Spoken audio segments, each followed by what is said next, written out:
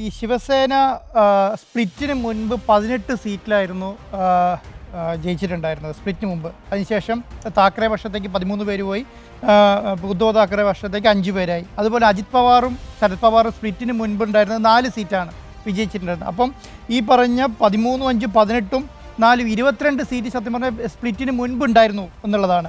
അപ്പോൾ അങ്ങനെ വരുമ്പോൾ ശരിക്കും പറഞ്ഞാൽ ഇപ്രാവശ്യം ഇവരുടെ മത്സരം നടക്കുകയാണ്. നികേഷ് കുമാർ പറഞ്ഞതുപോലെ ഇവർ തമ്മിൽ എങ്ങനെയാണ് ആർക്കാണ് ശക്തി എന്ന് തെളിയിക്കുന്ന മത്സരമാണ്. അതിൻ്റെ അകത്ത് ശിവസേന ഇപ്രാവശ്യം 21 സീറ്റിൽ മത്സരിക്കുന്നുണ്ട്. അതുപോലെ NCP ഇപ്രാവശ്യം 10 സീറ്റിൽ മത്സരിക്കുന്നുണ്ട്. അപ്പോൾ ഞാൻ വിചാരിക്കുന്നത് ഇന്ത്യ മുന്നണിക്ക് 18 തുടങ്ങി 20 വരെ കിട്ടാം എന്നുള്ളതാണ്. എൻ്റെ take 18ആണ്. 18 minimum ടേക്കാണ്.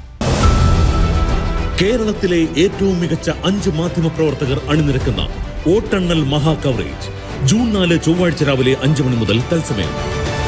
Reporter, the complete election channel.